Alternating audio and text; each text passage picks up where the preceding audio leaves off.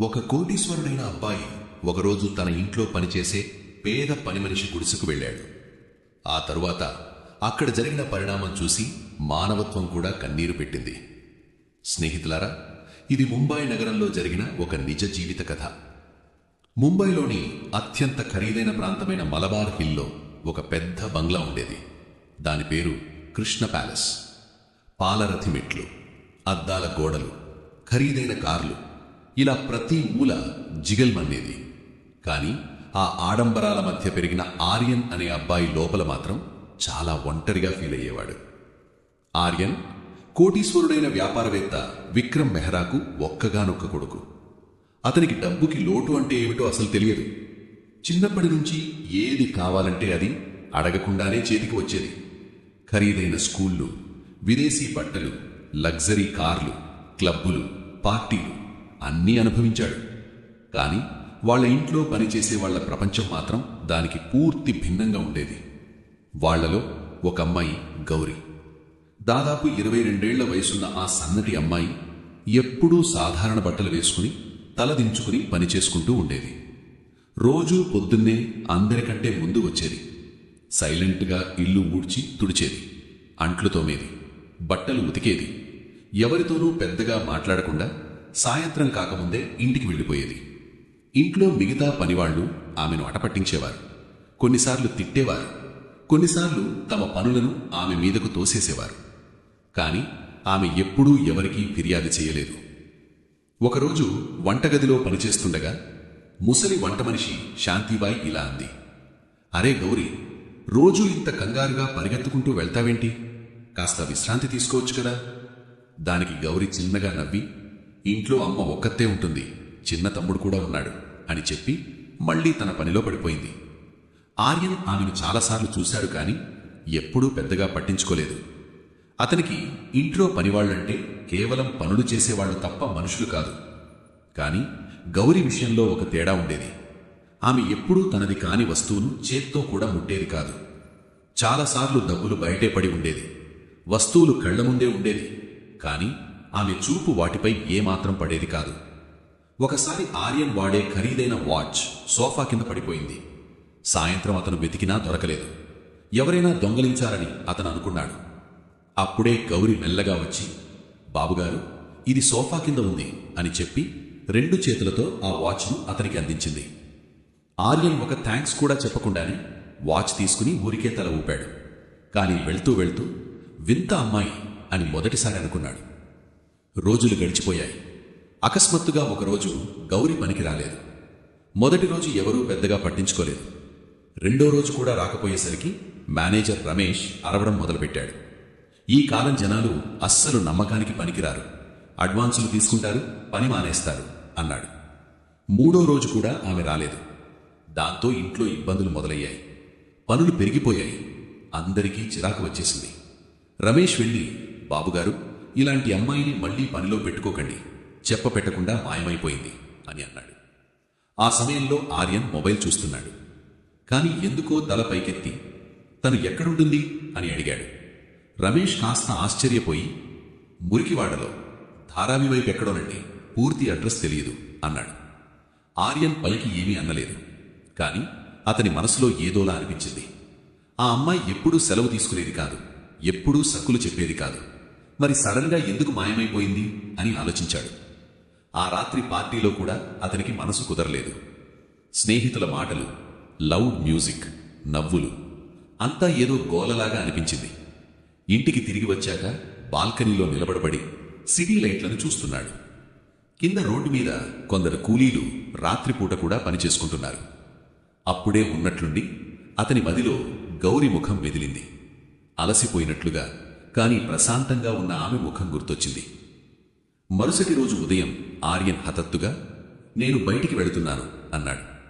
"Driver, ఎక్కడికి?" అని అడిగితే ఆర్యన్ కొన్ని సెకండ్లు ఆగి, "ధారావి" అన్నాడు. డ్రైవర్ రియర్ వ్యూ మిర్రర్లో అతన్ని ఆశ్చర్యంగా చూశాడు. కోటీశ్వరుల ఇంటి కొడుకు స్వయంగా మురికివాడకు వెళుతున్నాడంటే అతనికి నమ్మశక్యం కాలేదు. కార్ ఆ ఏరియా వైపు వెళుతున్నా కొద్దీ రోడ్లు ఇరుకుగా మారిపోయాయి. ఆడంబరాలు మాయమైపోయాయి. దుర్వాసన, రద్దీ, పడిపోయే స్థితిలో ఉన్న ఇళ్లు కనిపించడం మొదలయ్యాయి. ఆర్యన్ ఇలాంటి ప్రపంచంలోకి రావడం అదే మొదటిసారి.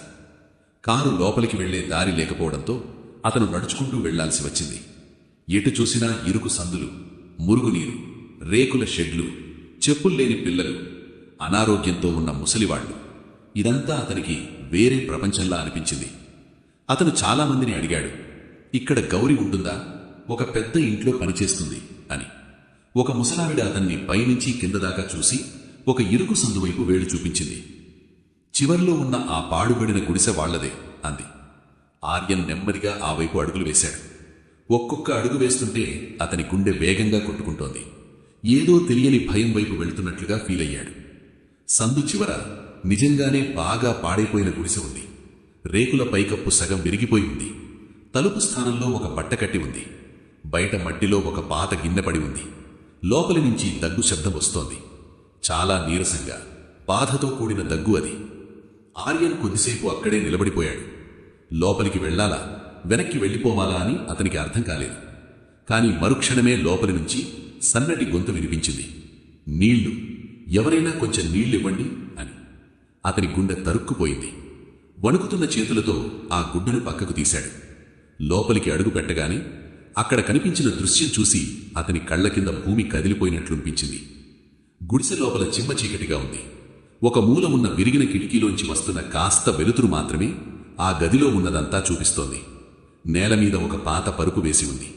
దానిమీద ఒక ముసలి ఆవిడ అస్థిపంజరంలా తయారై పడుకుని దగ్గుతోంది. ఆమె పెదాలు ఎండిపోయి పాలిపోయాయి. కళ్ళు లోపలికి పీక్కుపోయాయి. శరీరం ఎంతగా చిక్కిపోయిందంటే ఎముకల మీద చర్మం కప్పినట్లుగా ఉంది. పక్కనే ఒక చిన్న పిల్లాడు కూర్చొని ఉన్నాడు. భయంగా, ఆకలితో మౌనంగా ఆ ముసలి ఆవిడను చూస్తున్నాడు. అతని ముందు ఒక ఖాళీ లోటా ఉంది. బహుశా దాంతోనే నీళ్లు తాగించడానికి ప్రయత్నిస్తున్నాడేమో. కాని ఆ లోటాలో చుక్క నీరు కూడా లేదు. ఆ గుడిసెలో తినడానికి అసలు ఏమీ లేదు. గిన్నెలో పప్పు లేదు. ఎక్కడా కనీసం ఒక్క గింజ కూడా లేదు. ఆర్యన్ కొద్దిసేపు అక్కడే స్థానువులా నిలబడిపోయాడు. అతని శరీరం మొద్దుబారినట్లు అనిపించింది. పేదరికం అంటే ఎలా ఉంటుందో, దాని వాసన ఎలా ఉంటుందో, అది మనిషిని ఎంత సైలెంట్గా చంపుతుందో అతనికి అప్పుడే మొదటిసారి అర్థమైంది. అప్పుడే ఆ ముసలి ఆవిడ మళ్లీ నీళ్లు అని మూలిగింది.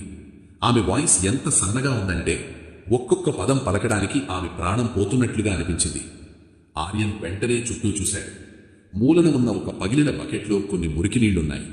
అతను ఏమీ ఆలోచించకుండా ఆ నీళ్లనే లోటాలో నింపి మెల్లగా ఆమె పెదాల దగ్గర ఉంచాడు. ముసలి ఆవిడ పణుకుతున్న చేతులతో లోటాను పట్టుకోవడానికి ప్రయత్నించింది. కాని ఆమెలో ఏమాత్రం సత్తువ లేనట్లు అనిపించింది. ఆర్యనే ఆసరాగా పట్టుకుని ఆమెకు నీళ్లు తాగించాడు. 2 గుటకల నీళ్లు గొంతులోకి దిగగానే ఆమె కళ్లమంట నీళ్లు తిరిగాయి. ఎవరో ఆమెకు కొత్త ప్రాణం పోసినట్లుగా ఫీల్ అయింది. అప్పుడే గుడిసె గుమ్మం దగ్గర ఏదో అలికిడైనట్లు అనిపించింది. ఆర్యన్ వెనక్కి తిరిగి చూశాడు. అక్కడ గౌరీ నిలబడి ఉంది. ఆమె చేతిలో ఒక చిన్న మందుల ప్యాకెటు, సగం వరకు నీళ్లతో ఉన్న బాటిలు ఉన్నాయి. ఎదురుగా ఆర్యన్ను చూడగానే ఆమె ఊపిరి ఆగిపోయినట్లు అనిపించింది. ఇద్దరూ కొద్ది క్షణాల పాటు ఒకరినొకరు అలా చూసుకుంటూ ఉండిపోయారు. గౌరీ కళ్లల్లో భయం, సిగ్గు, కంగారు అన్నీ ఒకేసారి కనిపించాయి. ఆమె గబగబా లోపలికి వచ్చి బాటిల్ కింద పెట్టి తల్లి దగ్గర కూర్చుంది. అమ్మా, నీళ్లు తెచ్చాను అనంది వణుకుతున్న గొంతుతో. ఆ తర్వాత మెల్లగా తల్లి తలను తన ఒడిలోకి తీసుకుని బాటిల్తో నీళ్లు తాగించడం మొదలుపెట్టింది. ఆ ముసలావిడ ఎంతో కష్టంగా కళ్ళు తెరిచి తన కూతుర్ని చూసింది. కనీసం తన సొంత కూతుర్ని గుర్తుపట్టడానికి కూడా ఆమెకు శక్తి సరిపోవడం లేనట్లుగా ఉంది ఆమె పరిస్థితి. ఆర్యన్ ఇంకా షాక్లో అలానే నిలబడి ఉన్నాడు. ఏం మాట్లాడాలో, ఏం అడగాలో అతనికి అర్థం కాలేదు. తన ఇంట్లో సైలెంట్గా పనిచేసుకునే అమ్మాయి ఇక్కడ ఇంత దారుణమైన పరిస్థితిలో ఉందా అని ఆలోచిస్తున్నాడు. అతను మెల్లగా, నువ్వు పనికెందుకు రాలేదు అని అడిగాడు. గౌరీ అతని వైపు చూడకుండానే, అమ్మకు ఒంట్లో బాలేదు అంతే అని సమాధానం చెప్పింది. ఆమె చెప్పింది చిన్న మాటే అయినా అందులో ఉన్న బాధను చూసి ఆర్యన్కు ఇంకేమీ అడిగే ధైర్యం చేయలేదు. అప్పుడే చిన్న పిల్లాడు మెల్లగా, అక్క ఆకలిగా ఉంది అన్నాడు. వాడి అమాయకమైన నీరసమైన గొంతు వినగానే ఆర్యన్ గుండె తరుక్కుపోయింది. గౌరీ వెంటనే తన తల నిమురుతూ, ఉండు నాన్న, ఇప్పుడే ఏదైనా తెస్తాను అంది. కానీ ఇంట్లో ఏమీ లేదని ఆమెకు తెలుసు. ఆర్యన్ మళ్లీ గదంతా చూశాడు. నిజంగానే తినడానికి ఒక్క వస్తువు కూడా లేదు. ఇంటి నుంచి బయలుదేరేటప్పుడు తాను కేవలం ఫోను వాలెట్ మాత్రమే తెచ్చుకున్నట్లు అతనికి గుర్తొచ్చింది. వెంటనే జేబులోంచి డబ్బులు తీసి గౌరీ వైపు చాపి, ఇదిగో ఉంచుకో, ఏమైనా తినడానికి తీసుకురా అన్నాడు. కానీ గౌరీ డబ్బులు ముట్టుకోవడం కూడా పాపం అన్నట్లుగా చేతులు వెనక్కి లాగేసుకుంది. వద్దు బాబుగారు, నేను చూసుకుంటాను అంది. ఆమె గొంతులో వినయం ఉన్నప్పటికీ ఆత్మగౌరవం కూడా అంతే బలంగా ఉంది. పేదరికం మనిషిని తక్కువ చేయదని, కేవలం పరిస్థితులు మాత్రమే అలా చేస్తాయని ఆర్యన్కు అప్పుడే అర్థమైంది. అతను కొంచెం కఠినంగా, ఇది సహాయం కాదు, ఇప్పుడిది మీకు అవసరం అన్నాడు. గౌరీ ఏమీ మాట్లాడలేదు. ఆమె కళ్ళల్లో కన్నీళ్లు నిండాయి. అయినా సరే ఆమె డబ్బులు తీసుకోలేదు. అప్పుడే ముసలావిడ నీరసంగా, తీసుకో తల్లి, పిల్లాడు ఆకలితో ఉన్నాడు అంది. ఆ మాట వినగానే గౌరీ కుప్ప కూలిపోయింది. వణుకుతున్న చేతులతో డబ్బులు తీసుకుని తలదించుకుంది. ఆమె కళ్ళలోంచి కన్నీళ్లు జలజల నేల మీద రాలుతున్నాయి. ఆ కన్నీటి చప్పుడు గదంతా ప్రతిధ్వనిస్తున్నట్టు ఆర్యన్కు అనిపించింది. అతను వెంటనే, నేను బయటికి వెళ్ళి భోజనం తీసుకొస్తాను అని చెప్పి ఆమె సమాధానం కోసం కూడా ఎదురు చూడకుండా బయటికి వెళ్ళిపోయాడు. సందులోకి రాగానే అతనికి ఊపిరి పీల్చుకోవడం కూడా కష్టంగా అనిపించింది. కొద్దిసేపటి క్రితం వరకు తానున్న ప్రపంచం ఇప్పుడు చాలా దూరంగా అనిపించింది. దగ్గరలో ఉన్న షాప్కి వెళ్ళి దొరికినవన్నీ కొనేశాడు. బియ్యం, పప్పు, పాలు, బ్రెడ్, బిస్కెట్లు, పండ్లు, మందులు అన్నీ తీసుకున్నాడు. అంత ఖరీదైన బట్టలు వేసుకున్న అబ్బాయి ఈ మురికివాడలో ఇన్ని వస్తువులు ఎందుకు కొంటున్నాడా అని షాపువాడికి కూడా ఆశ్చర్యమైంది. అతను సరుకులు తీసుకుని గుడిసెలోకి వెళ్ళగానే ఆ చిన్న పిల్లాడు ఏదో దేవుణ్ణి చూసినట్లుగా ఆర్యన్ వైపు చూశాడు. గౌరీ సైలెంట్గా సరుకులు తీసుకుని వెంటనే పొయ్యి వెలిగించింది. కొద్దిసేపట్లోనే ఆ గుడిసెలో మొదటిసారిగా వంట వాసన ఘుమఘుమలాడింది. ముసలి తల్లి కళ్లలో కూడా ఒక ఆశ చిగురించింది. తమ్ముడు మౌనంగా కూర్చుని ఎదురుచూస్తున్నాడు. ఆర్యన్ గుమ్మం దగ్గర నిలబడి ఇదంతా గమనిస్తున్నాడు. ఆకలితో ఉన్నవాడు కడుపు నిండా భోజనం చేసినప్పుడు వచ్చే అసలైన ఆనందం ఎలా ఉంటుందో అతనికి అప్పుడే తెలిసింది. వంట పూర్తవగానే గౌరీ ముందు తన తల్లికి తినిపించింది. ఆ తర్వాత తమ్ముడికి పెట్టి చివరగా తాను తినడానికి కూర్చుంది. నువ్వు ముందెందుకు తినలేదు అని ఆర్యన్ అడిగాడు. దానికి ఆమె, వీళ్లు తినకుండా నా కడుపు ఎలా నిండుతుంది అని బదులిచ్చింది. ఆ మాట వినగానే ఆర్యన్ మనసులో ఏదో తెలియని అలజడి మొదలైంది. ఈ చిన్న గుడిసెలో ఉండేవాళ్లు తనకంటే ఎంతో ధనవంతులని అతనికి హఠాత్తుగా అర్థమైంది. ఎందుకంటే వాళ్ల దగ్గర ఒకరిపై ఒకరికి స్వచ్ఛమైన ప్రేమ ఉంది. అతను మెల్లగా బయటికి వెళుతుండగా వెనక నుంచి, బాబుగారు అని పిలిచింది గౌరీ. అతను ఆగి వెనక్కి తిరిగి చూశాడు. గౌరీ కళ్లలో కృతజ్ఞత, మొహమాటం రెండూ కనిపించాయి. ఈరోజు ఒకవేళ మీరు రాకపోయి ఉంటే అంటూ ఆమె మాటలు ఆపేసింది. కానీ ఆమె ఏం చెప్పాలనుకున్నదో అతనికి అర్థమైంది. ఆర్యన్ ఏమీ మాట్లాడలేదు. అతని దగ్గర మాటలు రాలేదు. మౌనంగా అక్కడి నుంచి వెళ్ళిపోయాడు. కానీ వెళుతూ వెళుతూ ఈరోజు తన జీవిత గమనం మారిపోయిందని అతనికి అనిపించింది. ఎందుకంటే మొదటిసారి అతను డబ్బుతో కాదు, మానవత్వంతో ఒకరి ప్రాణాలు నిలబెట్టాడు. బయటికి వచ్చాక ఆర్యన్ కొద్దిసేపు ఆ సందులోనే ఉండిపోయాడు. అతని చేతులు ఇంకా వణుకుతూనే ఉన్నాయి. గుండె వేగంగా కొట్టుకుంటోంది. చుట్టూ అదే దుర్వాసన, అదే చెత్త, అదే గోల. కానీ ఇప్పుడు అతనికి అవేవీ వచ్చేటప్పుడు అనిపించినట్లు అనిపించడం లేదు. ఇప్పుడు ప్రతి దాంట్లో అతనికి వాళ్ల బాధ, నిస్సహాయత మాత్రమే కనిపిస్తున్నాయి. అతను కారు దగ్గరికి వెళ్ళి తలుపు తీశాడు. కానీ లోపల కూర్చోబోయే ముందు ఇంకోసారి వెనక్కి తిరిగి ఆ ఇరుకు సందు వైపు చూశాడు. తనలో సగం భాగం అక్కడే ఉండిపోయినట్లు అనిపించింది. కారు స్టార్ట్ అయింది. కానీ దారి పొడవునా ఆర్యన్ మౌనంగానే ఉన్నాడు. డ్రైవర్ అద్దంలోంచి అతన్ని చాలాసార్లు చూశాడు కానీ ఏమీ అడగలేకపోయాడు. ఇంటికి చేరుకోగానే పనివాళ్లు తలుపు తీశారు. ఏసీ చల్లగాలి ముఖానికి తగిలినా అతనికి ప్రశాంతత అనిపించలేదు. తిన్నగా తన గదిలోకి వెళ్ళిపోయి తలుపు వేసుకున్నాడు. గదిలో అన్నీ మామూలుగానే ఉన్నాయి. ఖరీదైన ఫర్నిచరు, పెద్ద టీవీ, మెత్తటి పరుపు. కానీ ఈరోజు అవన్నీ అతనికి భారంగా అనిపిస్తున్నాయి. అదే దృశ్యం పదే పదే కళ్ల ముందు కదలాడుతోంది. చిక్కిపోయిన ముసలి తల్లి, ఆకలితో అలమటిస్తున్న తమ్ముడు, గౌరీ తలదించుకున్న కళ్ళు, అవే గుర్తొస్తున్నాయి. ఆర్యన్ తలపట్టుకున్నాడు. తన డబ్బు, ఆస్తి అన్నీ వృధా అని మొదటిసారి ఫీల్ అయ్యాడు. సాయంత్రం దాకా గదిలోంచి బయటికి రాలేదు. కింద డైనింగ్ టేబుల్ మీద రకరకాల వంటకాలున్నాయి. కానీ అతనికి ఆకలి లేదు. కేవలం మంచినీళ్లు తాగి బాల్కనీలోకి వెళ్ళి నిలబడ్డాడు. దూరంగా సిటీ లైట్లు వెలుగుతూ కనిపిస్తున్నాయి. కానీ ఆ వెలుగుల వెనుక ఎంత చీకటి దాగి ఉంది కదా అని అతనికి అనిపించింది. అకస్మాత్తుగా గౌరీ వాళ్ళ అమ్మ పరిస్థితి చాలా దారుణంగా ఉందని అతనికి గుర్తొచ్చింది. ఒకవేళ ట్రీట్మెంట్ అందకపోతే అని ఆలోచించగానే అతని గుండె ఆగినంత పనైంది. వెంటనే ఫోన్ తీసుకుని తన ఫ్యామిలీ డాక్టర్కి కాల్ చేశాడు. డాక్టర్, మీరు ఇప్పుడే నాతో రావాలి అని సూటిగా చెప్పాడు. డాక్టర్ ఆశ్చర్యపోయి, ఎక్కడికి అని అడిగాడు. ఒకరి ప్రాణాలు కాపాడాలి అని మాత్రమే చెప్పాడు ఆర్యన్. కొద్దిసేపట్లోనే కారు మళ్లీ మురికివాడ వైపు దూసుకెళ్తుంది. అసలు ఏం జరుగుతోందో డాక్టర్కి ఇంకా అర్థం కాలేదు. కారు ఆ స్లమ్ దగ్గర ఆగగానే డాక్టర్ షాక్ అయ్యాడు. ఇక్కడి కారు అన్నాడు. ఆర్యన్ అవునని తల ఊపి గబగబా కారు దిగి ముందుకు నడిచాడు. ఈసారి అతని అడుగులు మరింత వేగంగా పడుతున్నాయి, ఎక్కడ ఆలస్యమైపోతుందో అన్న భయంతో. గుడిసె దగ్గరికి వెళ్ళగానే లోపల నుంచి సన్నగా ఏడ్పు వినిపించింది. అతని గుండె వేగంగా కొట్టుకుంది. ఆగకుండా కర్టెన్ పక్కకు లాగి లోపలికి వెళ్ళాడు. లోపల పరిస్థితి మరింత దయనీయంగా ఉంది. గౌరీ తల్లి దగ్గర కూర్చొని ఏడుస్తోంది. తమ్ముడు మౌనంగా మూలకి కూర్చున్నాడు. ముసలావిడ శ్వాస చాలా వేగంగా ఆడుతోంది. ప్రతి శ్వాస చివరిదేమో అన్నట్లుగా ఉంది. ఆర్యన్ వెంటనే డాక్టర్ను లోపలికి పిలిచాడు. డాక్టర్ సమయం వృధా చేయకుండా నాడి పట్టుకుని చూశాడు. కళ్ళు చెక్ చేశాడు. వెంటనే తన బ్యాగ్లోంచి ఇంజెక్షన్ తీశాడు. కొద్ది నిమిషాల్లోనే ఆ గుడిసెలో వాతావరణం మారిపోయింది. గౌరీ కంగారుగా అదంతా చూస్తోంది. ఆమె కళ్ళలో భయం, అదే సమయంలో ఒక చిన్న ఆశ కూడా ఉన్నాయి. ఇంజెక్షన్ ఇచ్చాక డాక్టర్ నెమ్మదిగా, చాలా వీక్గా ఉన్నారు, కానీ ఇప్పుడు కాస్త కుదురుతు పడుతుంది అన్నాడు. ఆ మాట వినగానే గౌరీ బోరున విలపించింది. తల్లి చేతులు పట్టుకుని దేవుణ్ణి తలుచుకుంటూ ఏడ్చింది. తమ్ముడు కూడా వచ్చి ఆమెను హత్తుకున్నాడు. ఆర్యన్ మౌన నిలబడి ఇదంతా చూస్తున్నాడు. ఇదంతా తన సొంత వాళ్ళకే అలా జరిగినంతగా అతను బాధపడ్డాడు. డాక్టర్ కొన్ని మందులు ఇచ్చి ఖచ్చితమైన స్వరంతో, సరైన సమయానికి తిండి మందులు ఇస్తే కోలుకుంటారు, లేకపోతే అని మాట మధ్యలోనే ఆపేశాడు.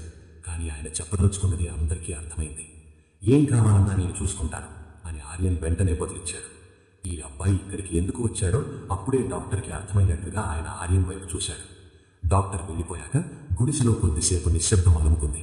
గౌరీ కన్నీళ్లు తుడుచుకొని నెమ్మదిగా, మీరిదంతా ఎందుకు చేశారు బాబుగారు అని అడిగింది. ఆమె వాయిస్లో ఆశ్చర్యంతో పాటు ఏదైనా ఆశిస్తున్నారా అన్న భయం కూడా ఉంది. ఆర్యన్ కొద్ది క్షణాలు మౌనంగా ఉండి, ఎందుకంటే సహాయం చేయడానికి ఎవరో ఒకరు ఉండాలి కదా అన్నాడు. ఆ మాటలు చాలా సింపుల్గా ఉన్నా అందులో నిజాయితీ ఉంది. గౌరీ తొలిసారిగా అతని కళ్ళలోకి సూటిగా చూసింది.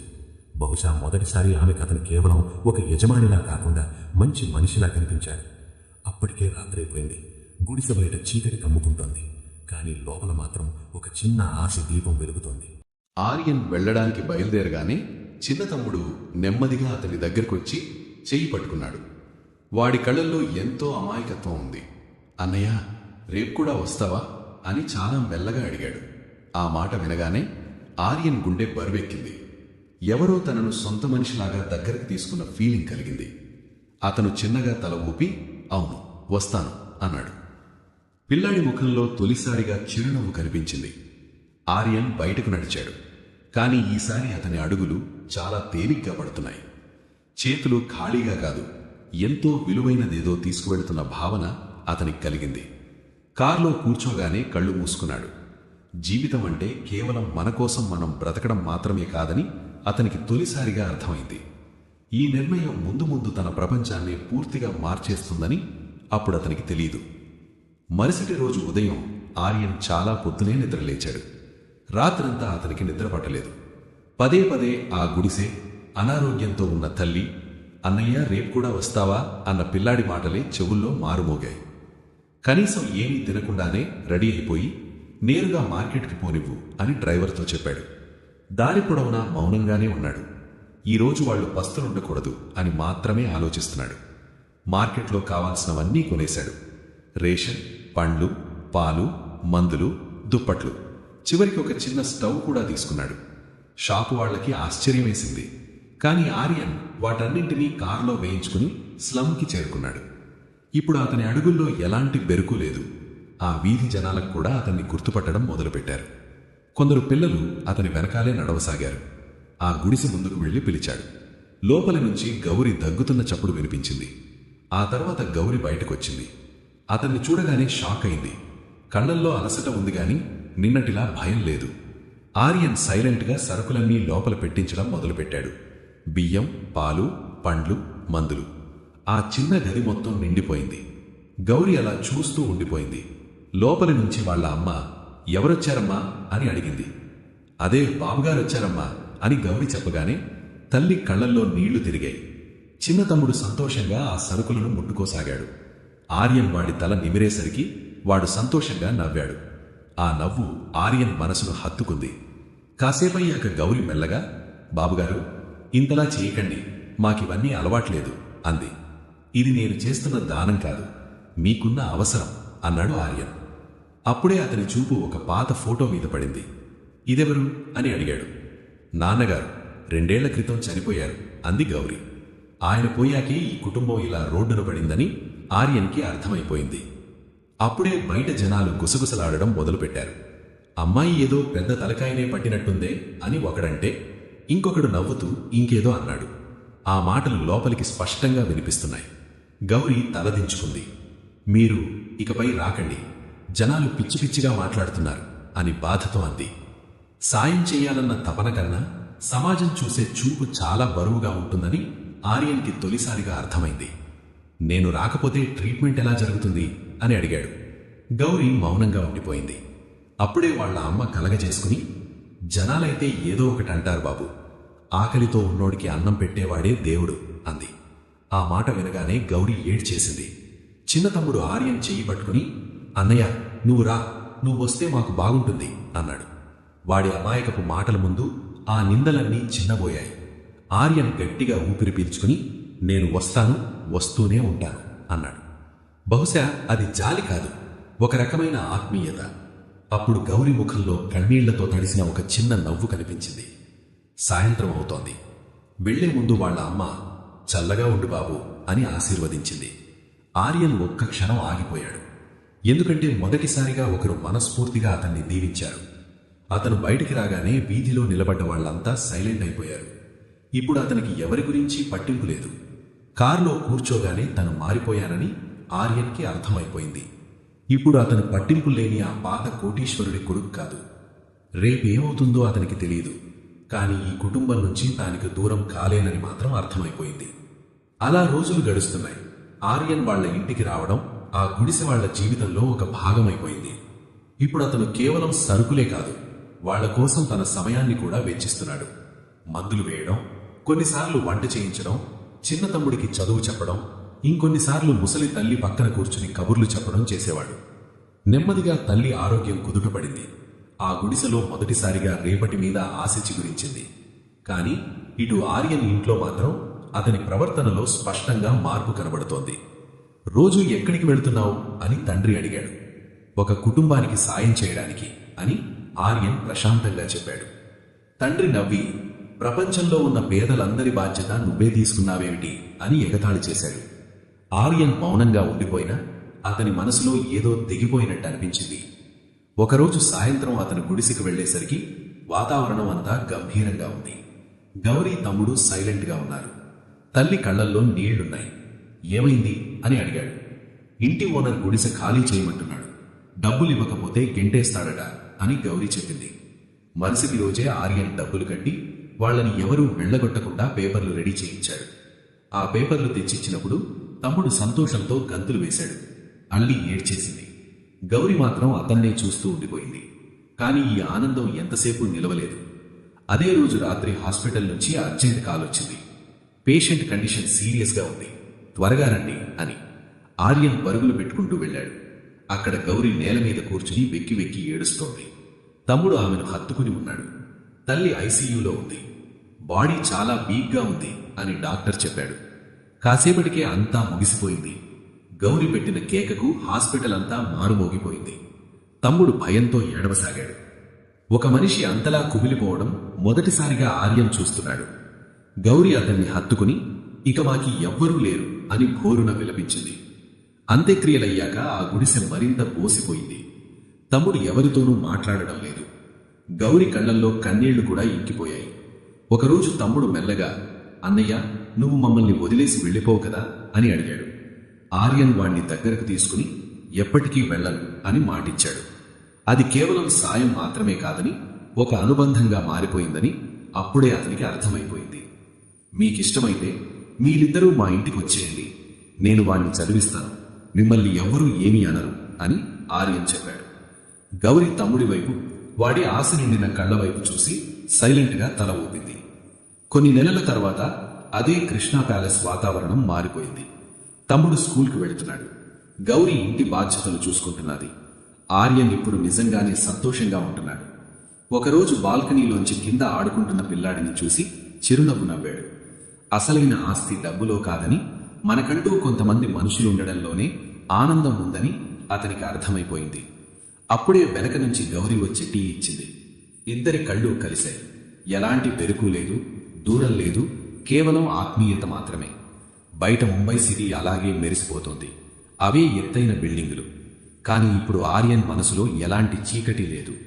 ఎందుకంటే కోట్ల రూపాయలు నేర్పలేని మానవత్వమే అతిపెద్ద సంపద అనే ఒక జీవిత సత్యాన్ని ఆ పేద పని మనిషి గుడిసె అతనికి నేర్పింది. ఈ కథ ద్వారా మనకి అర్థమయ్యేదేంటంటే, మనిషి గొప్పతనం అతనికున్న డబ్బును బట్టో హోదాను బట్టో రాదు, అతని మంచి మనసును బట్టి వస్తుంది. ఇతరుల బాధను అర్థం చేసుకునే గుణమే మనిషిని గొప్పవాడిగా నిలబెడుతుంది. నిజమైన సాయం అంటే కేవలం చేతిలో డబ్బులు పెట్టడం కాదు, వాళ్ళకి కష్టం వచ్చినప్పుడు అండగా నిలబడడం. మనం ఇంకొకరి జీవితాన్ని బాగు చేసినప్పుడు మన జీవితం కూడా ఆటోమేటిక్గా మారిపోతుంది. మరి మీరేమంటారు? మీరు గనక ఆర్యన్ ప్లేస్లో ఉంటే ఆ మురికివాడలోని గుడిసె దాకా వెళ్లేవారా? చుట్టూ ఉన్న సమాజం వేలెత్తి చూపుతున్నప్పుడు ఏమాత్రం పరిచయం లేని ఒక పేద కుటుంబ బాధ్యత తీసుకునే ధైర్యం మీరు చేసేవారా? మీ దృష్టిలో ఈ కథలో అతిపెద్ద త్యాగం ఎవరిది? ఆర్యందా లేక గౌరిదా? ఈ కథ గనక మీ మనసును తాకినట్లయితే తప్పకుండా లైక్ చేయండి. మానవత్వాన్ని చాటి చెప్పే ఇలాంటి నిజ జీవిత, మనసును హత్తుకునే భావోద్వేగభరితమైన కథల కోసం ఇప్పుడే మా ఛానల్ని సబ్స్క్రైబ్ చేసి బెల్ ఐకాన్కి ఆల్లో పెట్టుకోండి. మళ్ళీ ఇంకో కథతో కలుద్దాం. అప్పటిదాకా సెలవు.